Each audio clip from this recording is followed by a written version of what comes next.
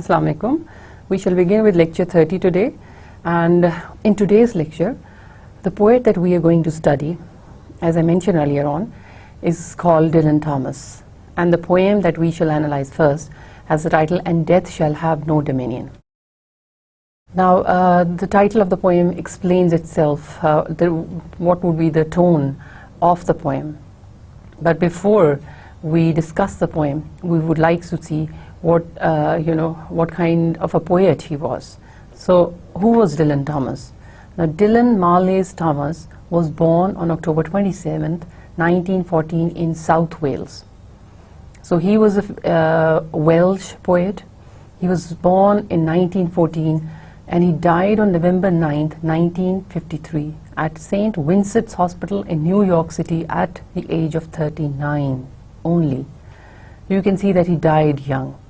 Now Dylan Thomas was Anglo-American poet. We call him Anglo-American because he was born in England, but he got the citizenship of America also, and he shifted to America in somewhere in the middle of his career, and he spent most of his time there also. And as you can see from here, he even died in the New York City.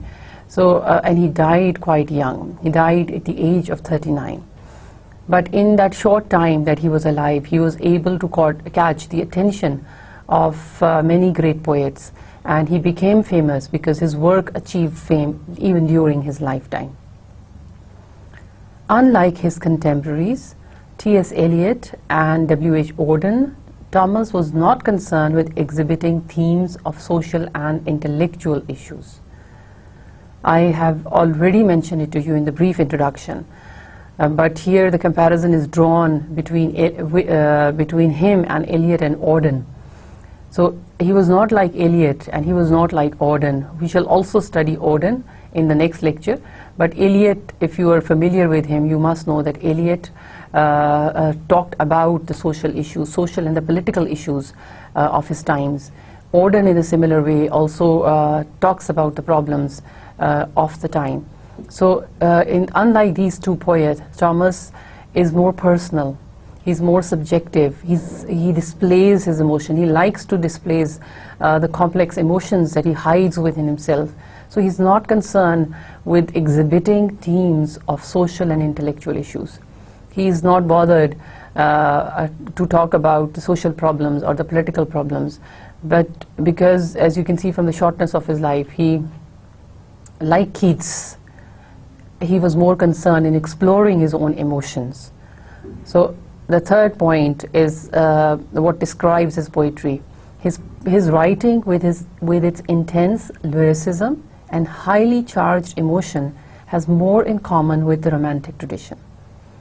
So this is why his poetry has got intense lyricism, because it is highly emotional and it carries highly charged emotions, and that is why it has more in common with the Romantic tradition and less in common with the Edwardian realism and with the postmodern cynicism and skepticism. So we see that the poetry that he writes is charged with emotions, and you shall enjoy his poetry more because you can connect him with the Romantic tradition in poetry, and you can also maybe achieve a better understanding of his poems because he's talking about emotions that are universal. He'll talk about relationships, he'll talk about death, he'll talk about love, he will talk about sadness. So he talks about issues which are a concern of every human individual. So his themes are personal and emotional in that regard. Now the poem itself that we are going to analyze today, the poem is written in 3 stanzas with no definite rhyme scheme, and again with these modern and postmodern poets, normally the rhyme scheme is absent. If it is there, it's not strictly adhered to also. It varies, it changes. So here again, once again, you can see that the poem is brief, just 3 stanzas, but they do not even have a regular rhyme scheme. The poet uses imagery and symbols in communicating his message. Each of the verse starts and ends with the title of the poem. This is one significant feature of the poem, the repetition of the title of the poem, which is repeated in the first and the last lines of each stanza. So this is a significant feature of the poem. But one thing that connects him with the postmodernist tradition is the use of symbols and images. Once again, we shall see that in order to understand his poetry, you need to understand the symbol and the images that he's employing. And sometimes that becomes a laborious task, but that is what lends beauty to poems, to poetry, because they take us beyond the literal meaning, they take us beyond the literal interpretation. And the hidden, the search for the hidden meaning lends it beauty and gives it more worth and a deeper insight. The title of the poem is derived from the biblical passage from Paul's epistles to Romans. Epistle means letters. So from Paul's letter to the Romans, which has now become a part of the biblical passage, this title is taken. In chapter 6 and verse 9, the poet reveals the reality of death and also gives it a good meaning. So this is the central idea, the theme of the poem, that he talks about the reality of death. He says, death shall have no dominion. So he is trying to discuss with us whether death has a territory, whether death has a place. And he seems not to be afraid of death. He seems to be facing it bravely. So let's now look at the poem. Let's see how his thoughts come out through the poem, and let's see how he employs symbols and images to put across his ideas to us or to his readers. In the first stanza, he starts with that biblical line. He says, "And death shall have no dominion. Dead man naked they shall be one, with the man in the wind and the west moon." You see, again, look for the similar features. Look for the features that define him as the postmodern poet. You need to also compare his verse with the other postmodern poets, because that way you can understand this tradition well. You can understand this symbolist tradition in the modern times. So please keep that in mind. Bear it in mind that you have to continuously look for features in his verse which are part of that greater movement. Here you see repetition is used as a device which normally these poets do use in their poetry. But then there is this beauty, the lyrical quality, the lyricism that is the hallmark of these poets, that is to be found here. And there is this the repetition of sounds also, which we find here. If you look at the last line, "With the man in the wind and the west moon," wind and the west moon, whir. So this is what gives poem its lyrical quality and beauty. It is elegant to read, and the complex images make it more attractive. So what is he saying here? He says, "Death shall have no dominion," full stop. It means this is a complete thought. He wants you to understand the first line first before you go on to the next lines and decipher them. He says, "Death shall have no dominion." And shall, you have studied grammar, you must know that when we use shall, we use it for emphasis. We use it for finality. We use it for complete authority, for complete control. We use shall for a complete statement. So he says, "And death shall," a definitive, it's a definitive tone. He says, "It shall have no dominion." So he is using that biblical line to express what he wants to say through the poem. So it becomes his central theme. He says, "Death shall have no place." Death has got no dominion. It has got no territory. It has got no world of its own. It's got no control. It's got no influence over the dead ones. Because you shall see that in the poems he's talking about the dead ones, the ones that death has taken from us. So he says, death shall have no dominion. Death does not have any territory of its own where it can take those dead people, where it can keep them under lock, keep them imprisoned, and where it can keep piling up sorrow upon sorrow on those dead people or on the souls of those people who are now dead. So in the first line he is conveying his central idea of the poem, and he is asserting what is it, and he's emphasizing what is it that death does not have. He says, death has no control. Death, the Almighty, has no dominion, no territory. This may remind you to, if you have studied Donne in the previous semester, it may remind you about Donne's concept of death. In one of his sonnets, Donne too talks about death in the same manner. He says that death is nothing to be afraid of, because he says death is not the end, and he says, I'm not afraid of death because I know that death will be beaten because the souls will live on. So some poets have explored these ideas, and unlike Keats, who in most of his works did sound really scared of death, some poets we see are exploring with the opposite idea, and they're trying to defy death, they're trying to face death bravely, they're trying to minimize its importance, they're trying to show that it's not something that is really horrible, that there is more to death, that there is something better that comes out of death. So these ideas are expressed in this poem by Dylan Thomas. In the second line he says, dead man, naked they shall be born, they shall be one, with a man in the world and the west moon. Look at the syntax of the sentence. Look at the syntax of these lines. You shall see that the syntax is strange, and this is also a peculiar feature of Dylan Thomas. But we shall find in the next poet that we shall do, W.H. Auden, it becomes even stranger. So the syntax here is not normal. It's not like the normal speech, or it's not like the normal language that we employ in everyday use.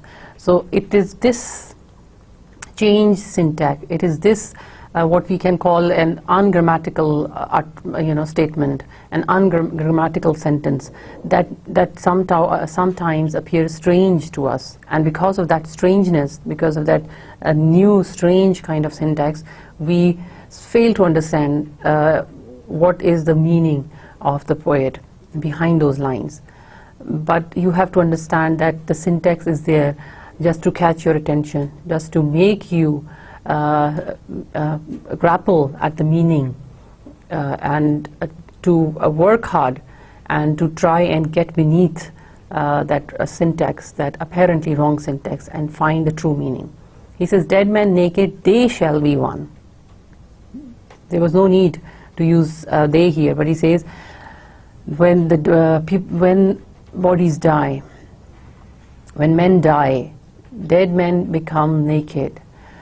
This nakedness is reminded of we are reminded of the nakedness in Eden, which is the biblical story when Adam and Eve were created in Eden, and when they lived in Eden, they did not have clothes to wear. They were not bothered about clothes.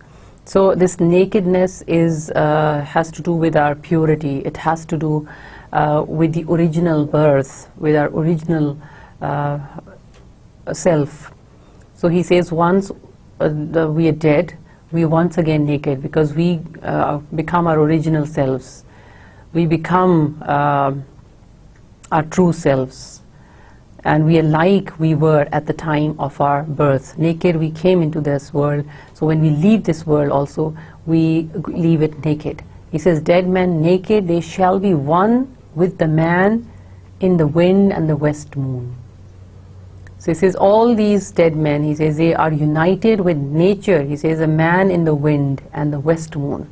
He talks about wind, he talks about the west moon.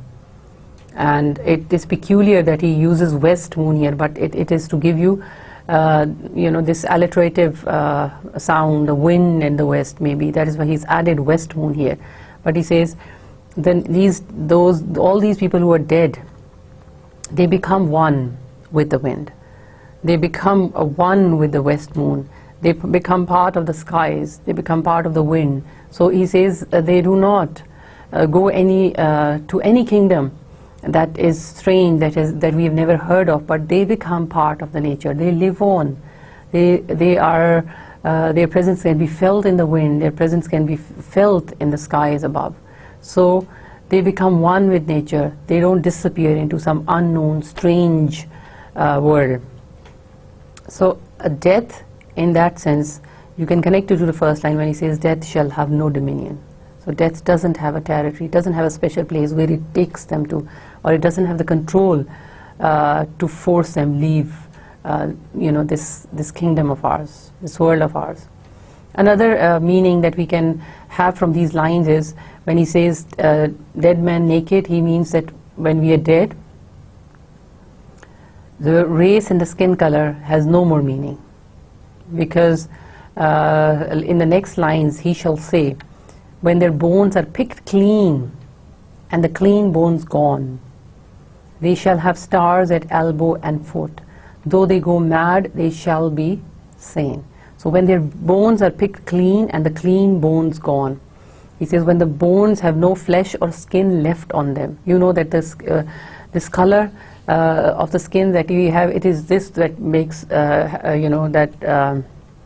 gives us an identity. So he says this is how the dead ones lose their individual identities. There are no races there, no one superior, no one's inferior, all are equal. All the dead ones are alike, all the dead ones are equal, and there are no differences of race or color amongst them. So they are wiped clean, they become pure, they are wiped clean of their differences that they had while they were alive. So when the men die, their flesh dissolves, the skin dissolves, and they are left, he says the bones are picked clean, the bones become clean. So this cleanliness, he says, has to do with the removal of the flesh and the skin, which must have made the bones corrupt, or which may have made it ugly. So the poet here is describing to you how when we are dead, we become pure, we become clean. And he says the clean bones, and then he says the clean bones gone. And then these bones also they go, he says where? They shall have stars at elbow and foot. Though they go mad, they shall be sane. He says they will become part of the galaxy. They will become part of the constellations in the sky, because he says they shall have stars at elbow and foot.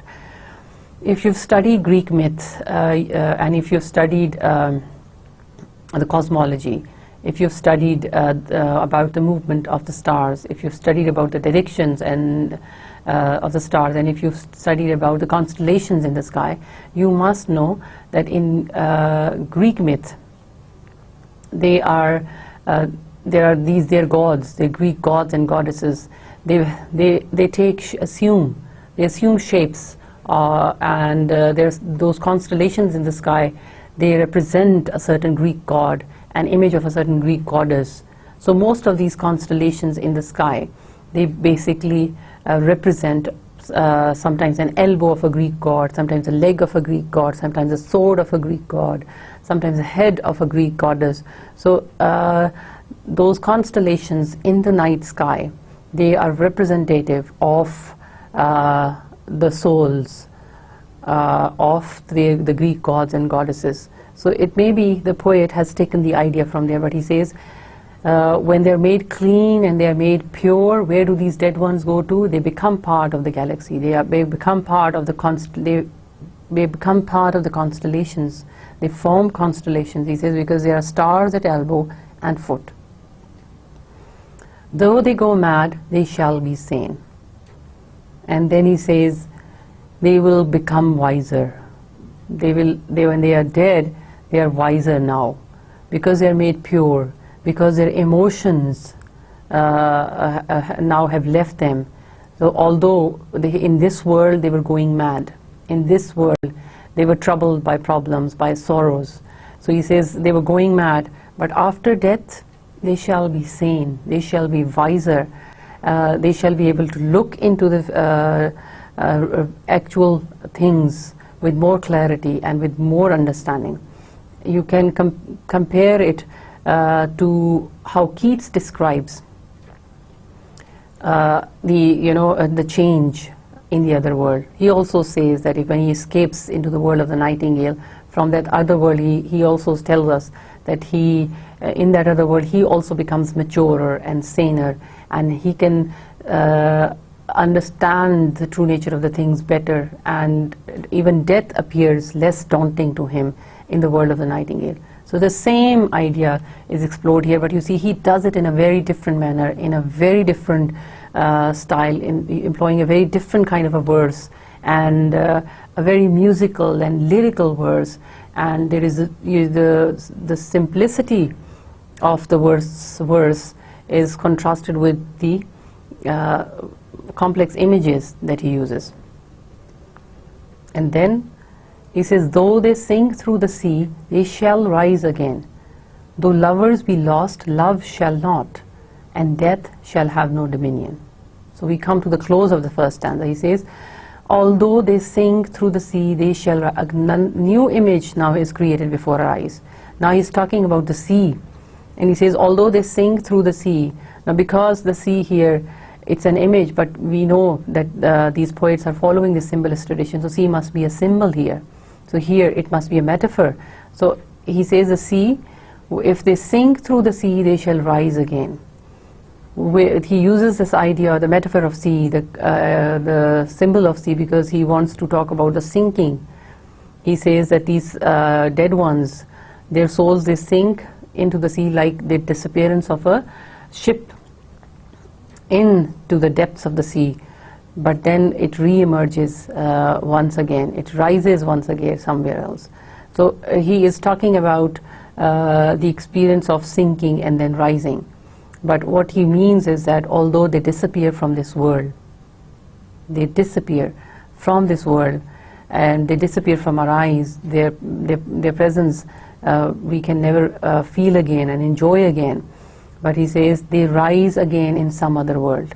They leave this world, they disappear from this world, they rise, and they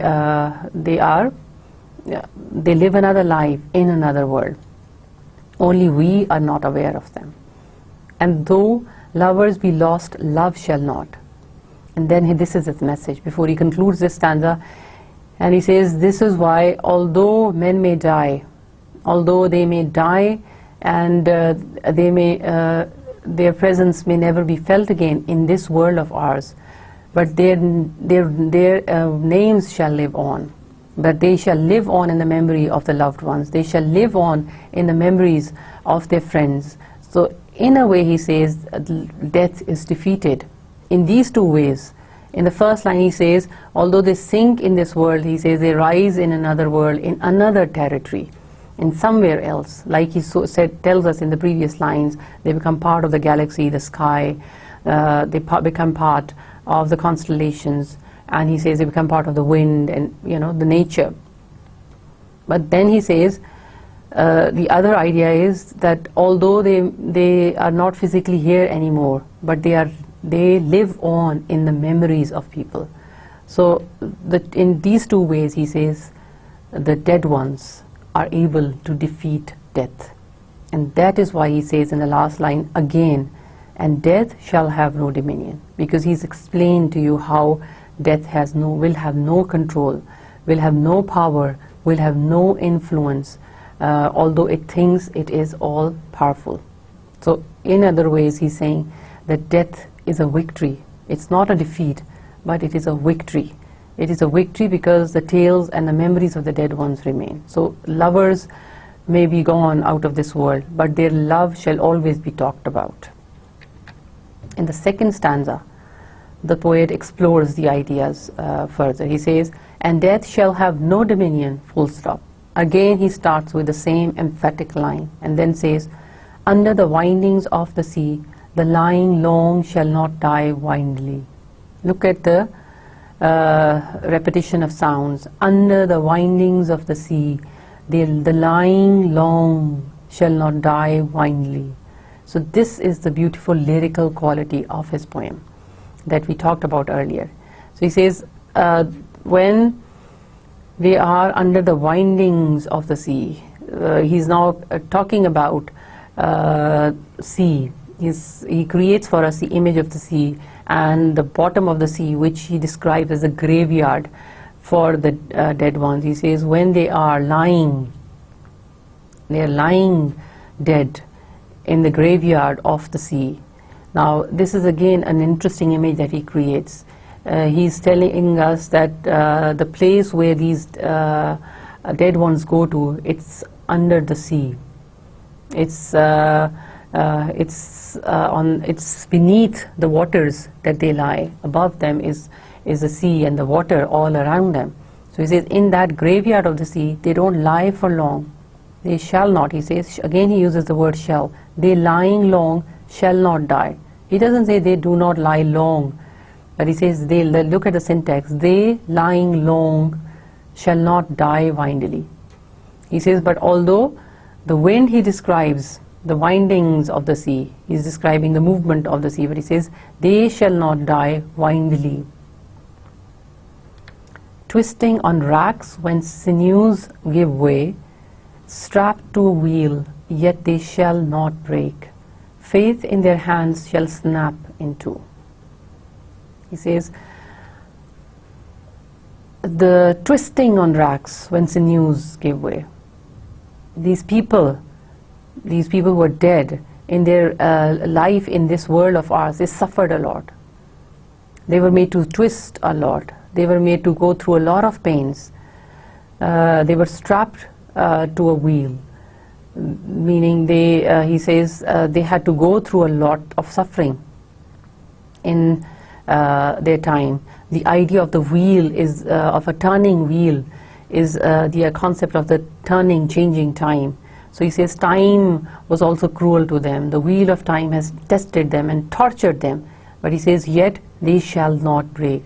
But yet, even with its might and power, it was not able to break them. And why is it that the poet here is talking about these sufferings and their pain of this world of ours? Because he wants to show to us that because they refused to be broken, because they refused to be bowed, and because they refused to give up the struggle when they were alive in this world, and they fought on bravely, he says, even after death, they struggle.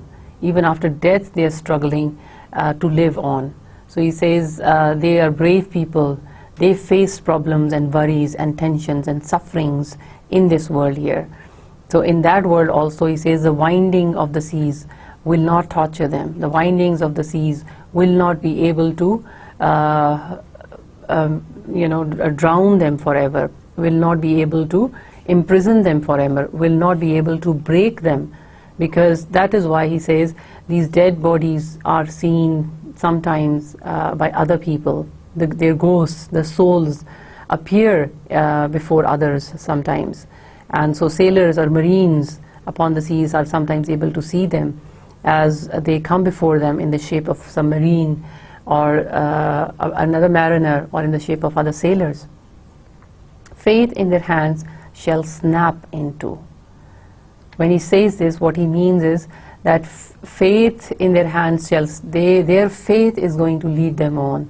Their faith will not let them break. Their faith shall not allow them to be snapped into pieces. So with their bravery, with this strength in them, they shall live on even after death. They will defeat death. And then he says, and the unicorn evils run them through, split all ends up, they shan't crack, and death shall have no dominion. Now, the same idea is now he's carried forward here. What he was talking about in the opening lines of this stanza, he says they are braver than they were in their lifetime.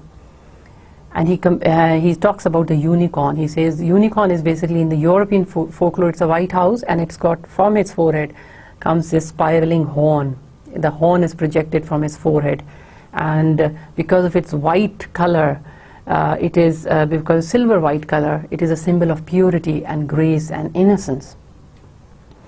And it has got so many healing properties also. Its tears can heal both the physical as well as the emotional wounds. So it is a very, very significant creature, mythical creature in the European folklore. He says, and the unicorn, evils run them through. So how do they heal themselves? He says the evils run them through. He says they are made pure. These evils, these tortures, these problems, they have made them pure. He says because they are pure like the unicorn. They are made pure now of these evils.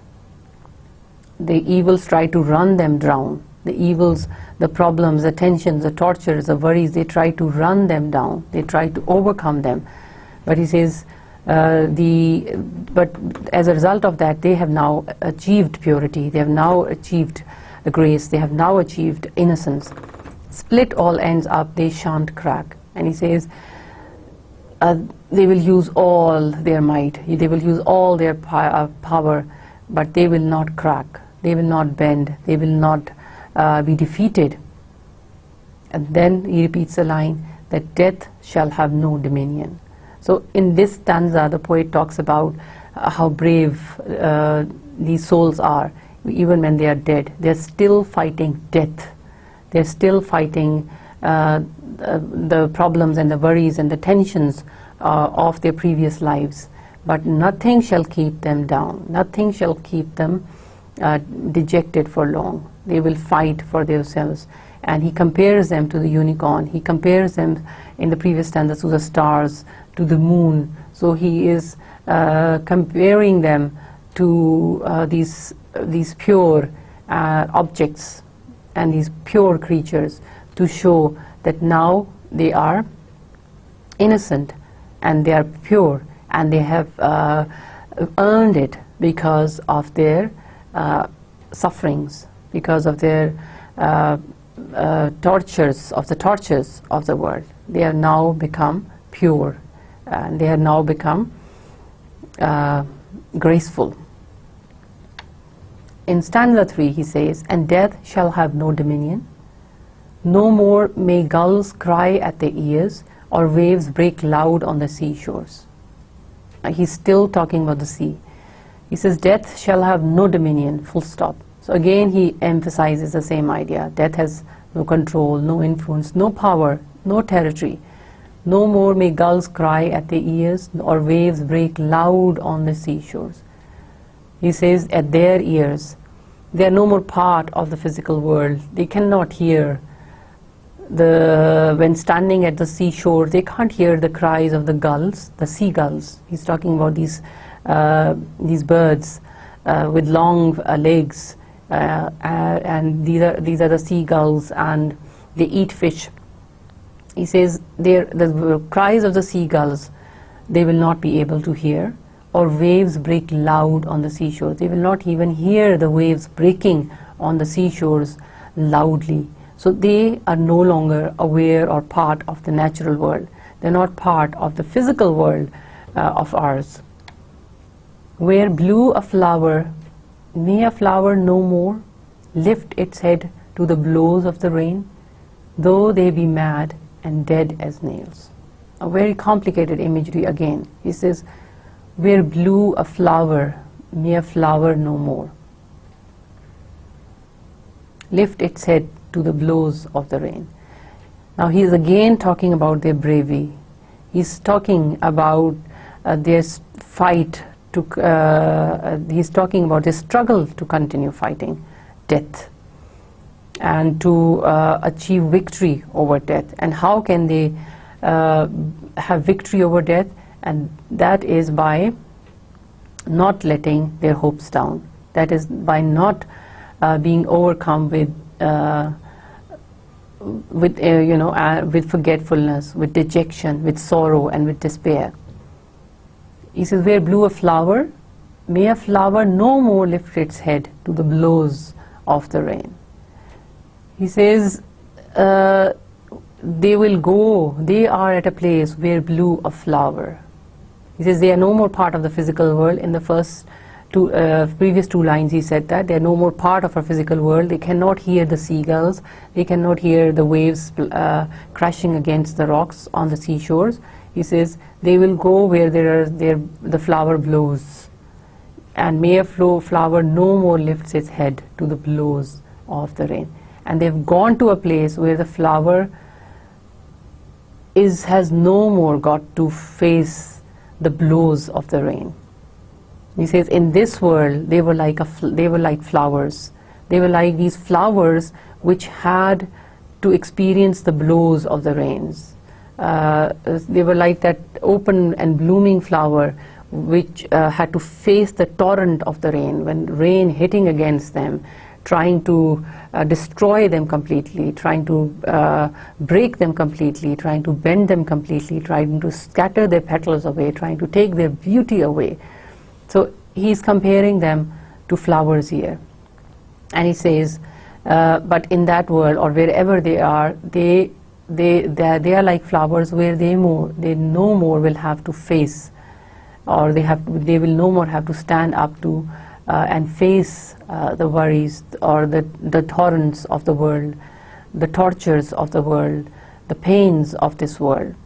So the blows of the rain represent those the sufferings, the tortures that are implicated by the world upon these people. Though they may be mad and dead as nails, heads of the characters hammer through daisies. Then another idea is expressed here. He says, though they may be mad and dead as nails. He's talking about nails. You know what the nail is, which we hammer into the wood. He says, though they may be mad and dead as nails.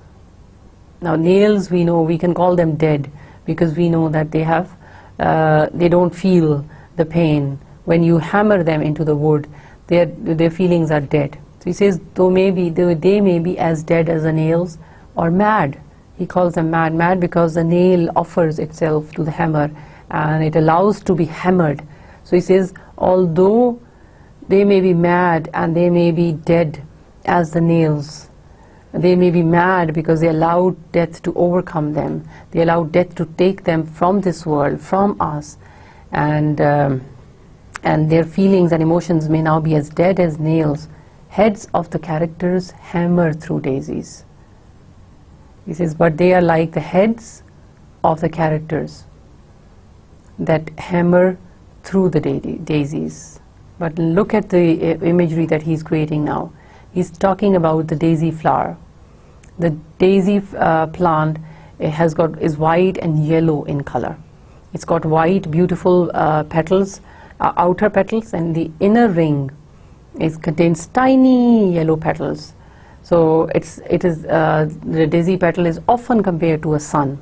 The central yellow part, circular yellow part, is most often described in different poems as the sun, because the glow of the yellow is like the glow of the sun. So the inner ring is compared to the sun.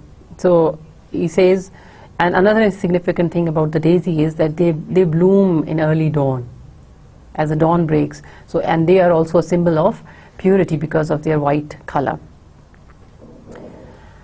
So he says, he compares these nails, he calls these nails the heads of characters that hammer through the daisies. Now he says, they are people of character. They were people of character. They were brave people. They were people of character. They allowed their heads, the head of the nail he's talking about. They allowed their heads to be hammered. They were brave people. They faced everything bravely. They faced their death bravely, but they went through the daisies. So he connects the head of the nail to the head of the daisy. So from one image he leads you to the next image without you realizing what is happening here. So one image leads to the other image, to another very image that is in total contrast to the previous image, and he puzzles you with these contrasting images, but and he leaves it to you to completely make some sense, or to make complete sense out of his poems. So this is the beauty of the poem, and you have to understand that he does it deliberately. He leads you from one image to another image which is an exact contradiction to the previous image. So the head of the nail, from the head of the nail on which we hammer, he leads you on to the head of the daisies. He is talking about the daisies, as he says, as they break in the sun till the sun breaks down. So first it was a nail being hammered, the head of the nail being hammered with a hammer, and now he says the daisy, the head of the daisy being broken down by the sun.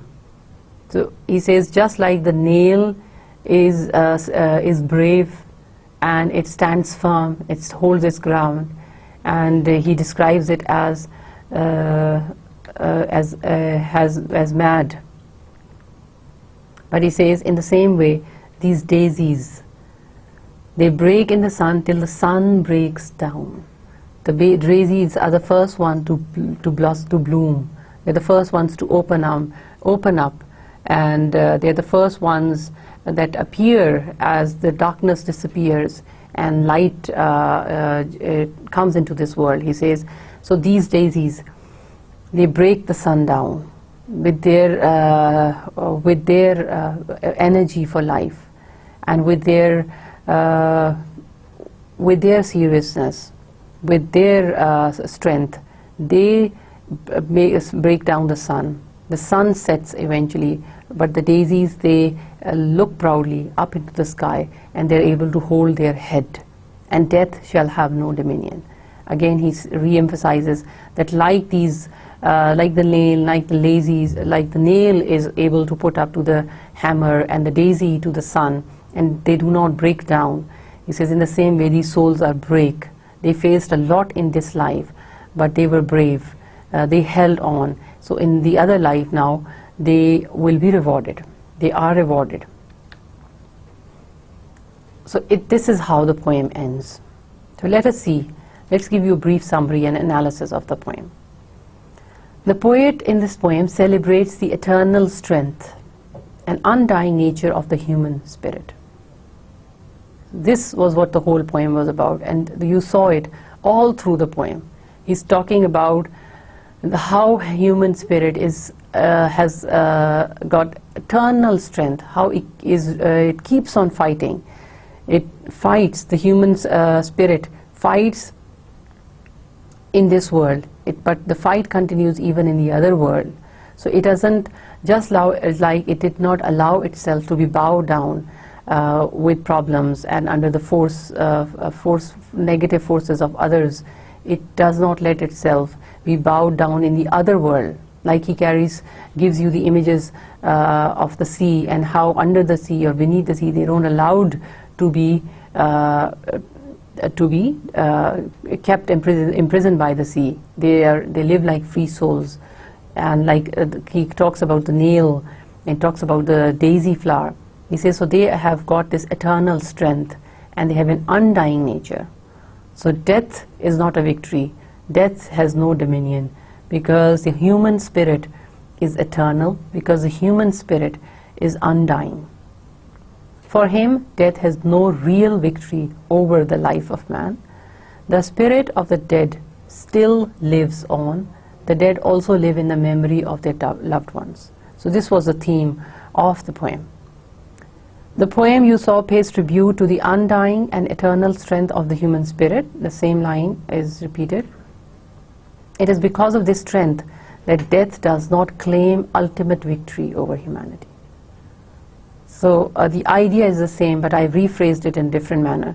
So the whole idea of the poem is that death does not have victory over humanity in actual sense. Thomas himself described his technique in the poem in a letter. I have discussed the technique with you, but I'd like you to understand it in his own words. He says, I make one image, though make is not the right word. I let perhaps an image be made emotionally in me, and then apply to it what intellectual and critical forces I possess. Let it breed another, let that image contradict the first, make of the third image, bred out of the other two together, a fourth contradictory image, and then let them all within my imposed formal limits conflict. Now this is Dylan Thomas describing to you his own technique, how he says from one image evolves another. He says, uses the word breed. So how from one image breeds another image, which is contrary to the previous image. Then from these two, a third image breeds, and how the third one is contradictory to the previous two. And out of the three images, a fourth contradictory image is bred, and then he says, within my he imposes upon himself a limit. He staying within that limit or limitation. He says the poem offers a conflict. So this is what we see happening in this poem also. We see him from first stanza to third stanza imposing an image upon image, breeding one image after another, and we see that how the next image is sharper, is in sharp contrast to the previous image, and how these conflicts and how these contrasting images are led towards the end of the poem. But we see that through that repetitive one line, biblical line, harmony is given to the poem, unity is given to the poem. In another case, in a letter to Richard Church included by Fitzgibbon in selected letters, Thomas commented on what he considered some of his own excesses. Immature violence, rhythmic monotony, frequent muddle-headedness, and a very much overweighted imagery that leads often to incoherence. So he's describing his poetry. For us, these words offer a description of his poetry. He says, immature violence. So in his poems, there is violence of images. Images are pitched against each other, so they're violently pitched against each other, but he calls them immature violence. Not mature. He says there is immature violence, there's rhythmic monotony. He feels that the rhythm becomes monotonous and tedious at times. Frequent muddle-headedness, and this is there, and you also feel that he's muddling images together, and he does it very frequently, like the image of the nail head, becoming, at least fusing into the image of the daisy flower, and you don't know how to separate the two. They become one.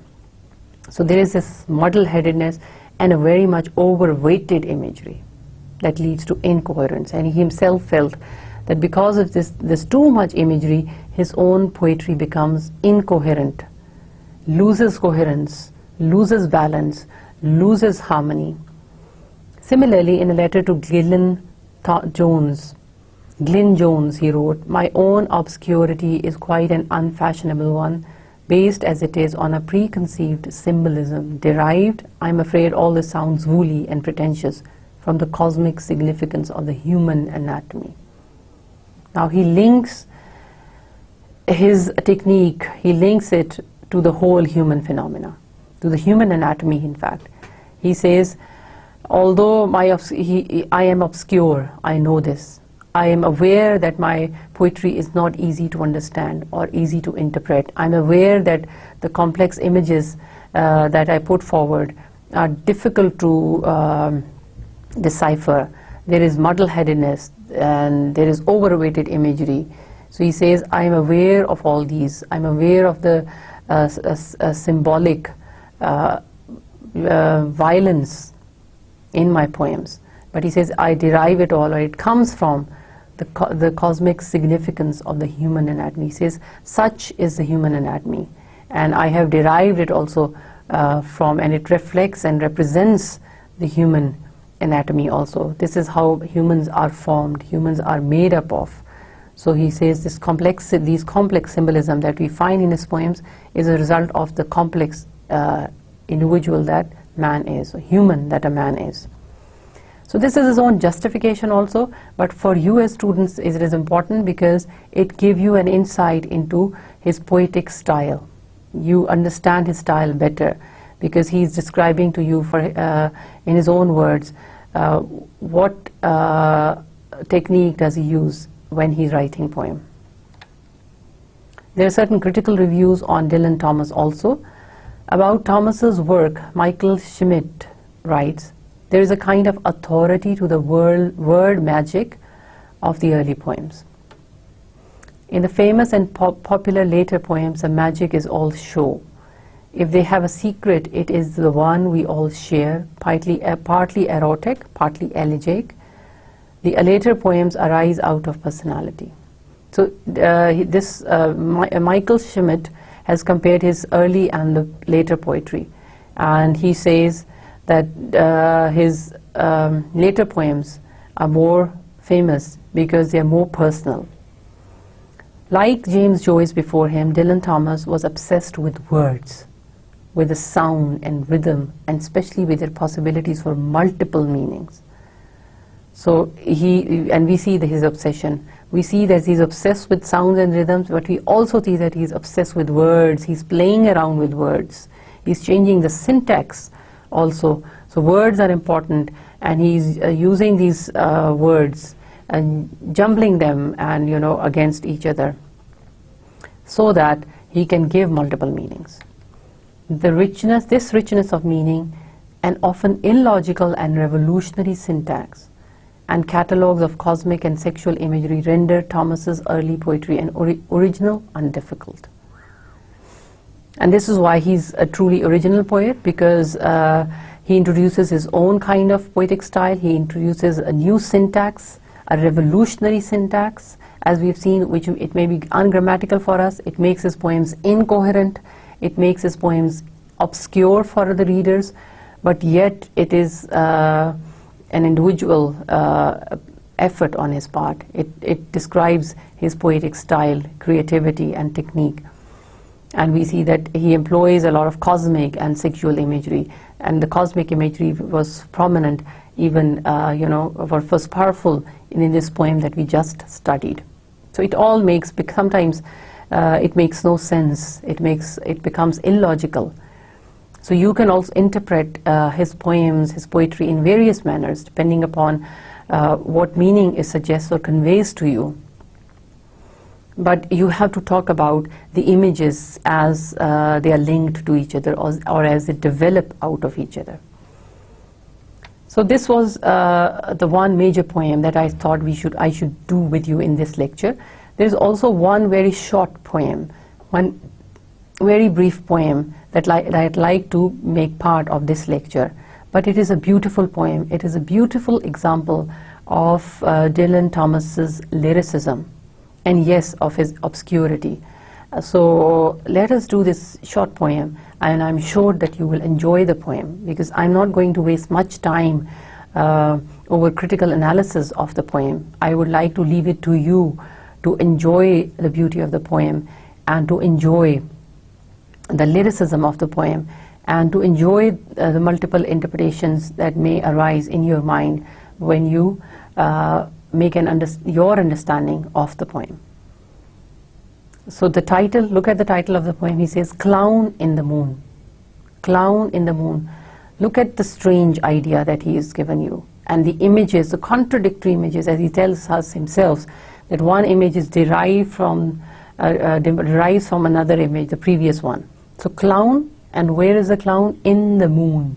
Two opposite images. We have a clown, a person whose face is all painted up, red and white, having this smile over his face, dressed up in clownish, bright colors, and then you have the peaceful. So the extreme is compared to the peaceful, and the graceful. The moon is graceful, is peaceful, it is white, it is pure, it is a symbol of unity, it is a symbol of grace, it is a symbol of purity. But clown is a symbol of noise, it's a symbol of abundance, it's a symbol of multiplicity, it's a symbol of strange kind of happiness, of sadness mixed with happiness. So look at the two contrasting images that he puts for you in the title of the poem. He says, clown in the moon. And then the lines. My tears are like quiet drift of petals from some magic rose, and all my grief flows from the rift of unremembered skies and snows. It moves like a true poem. He says, my tears are like the quiet drift of petals from some magic rose. He's comparing his tears to the rose here, but he calls it a magic rose. So his tears are as magical as the magical rose. He says, they are like quiet drift of petals. They are just like the magical rose is. It's letting the wind carry away its petals softly, quietly, and gently. So just like it is distributing perfume around it, and its petals, it is deflowering, its petals are scattering with the wind, with the soft wind, gently, he says. My tears are flowing out of my eyes, quietly.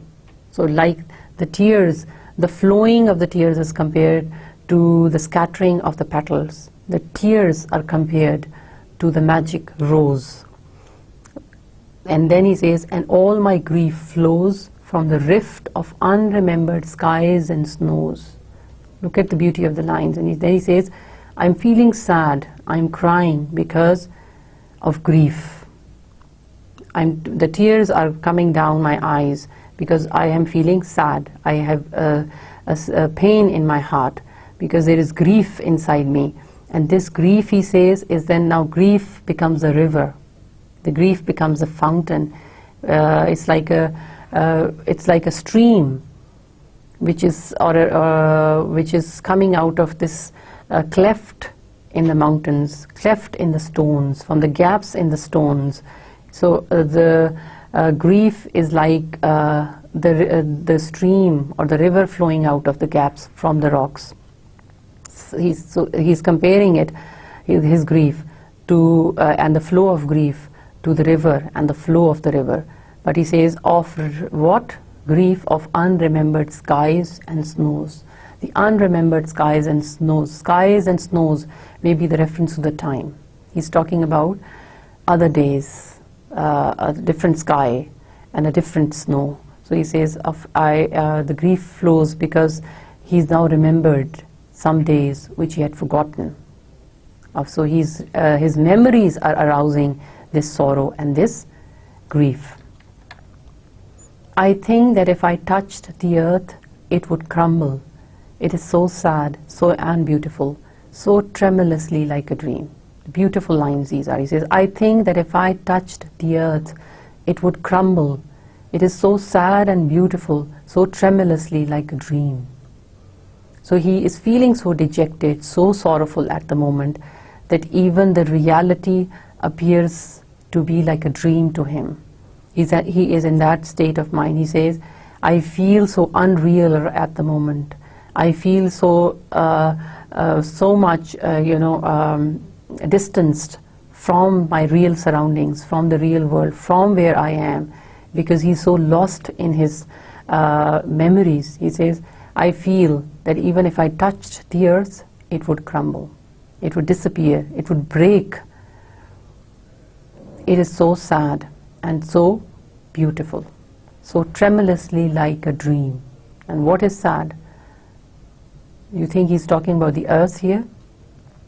No, naturally he's talking about his emotions. He's talking about his memories. He says, it is all of this feeling is sad, yet it is beautiful. So then in this feeling, in these emotions that arouse in me, in the tears that are flowing through my eyes, there is beauty.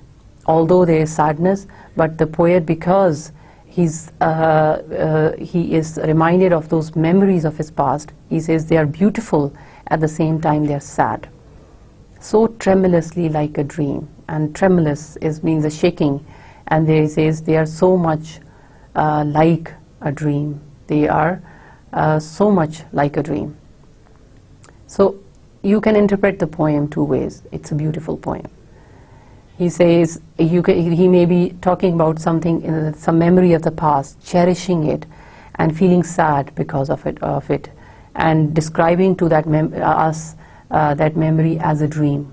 Or you can say that he's describing a present moment. He's describing a present moment that is so special to him, that is so precious to him, and leaving that moment is so difficult for him that he says he doesn't want to leave it. He doesn't want the spell or the magic to break, because he talks about the magic in the first few lines. So it may be that single precious magical moment in the present time, the time that he is feeling really happy, and out of that happiness, he says, and out of the fear of leaving that happiness, the tears are falling from his eyes and flowing from his eyes, and he's so afraid that this reality, that this happiness may disappear, that he says, I'm afraid to touch the earth, that he's even afraid to move, because he says any movement that I would make would break this magic, would break this spell, would take this away from me. So, and with this thought that he describes as sad and beautiful, he says this moment is beautiful, but at the same time it is sad because it will change, because it will break, the spell will break, the magic will end, because it is so tremulous, it is so uncertain, and it is so tremulous, in fact, so uncertain, so shaky, like a dream.